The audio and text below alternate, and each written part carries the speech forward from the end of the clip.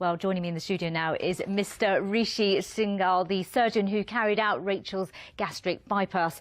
Now, amazing results there. You've been involved in a study for the British Medical Journal where you looked at how obese patients are treated in Birmingham compared with how they are in Taunton in the southwest. What did you find?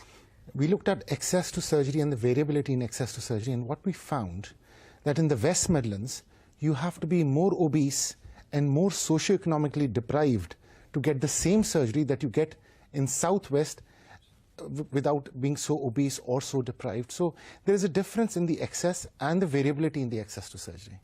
And fewer operations being carried out? Yes.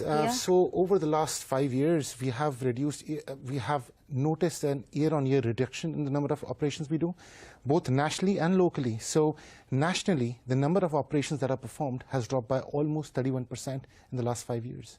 Why do you think that is? There is limited funding. I think there is a lot of information around bariatric surgery, but the funding is limited.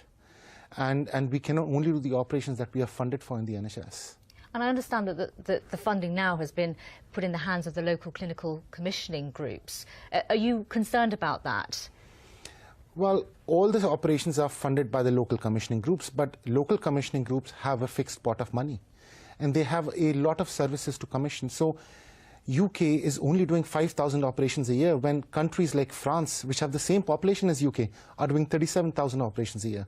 So they are trying to fund, but there is a reduction in funding, there is a squeeze on the public purse, and the amount of operations that we can deliver as a result is much lower. So do you think that Rachel is one of the lucky ones that she was able to get this? I think Rachel is a great patient. She's an example of what we can achieve with this operation, given the right kind of support and help. Thank you very much for joining us this evening to talk about it.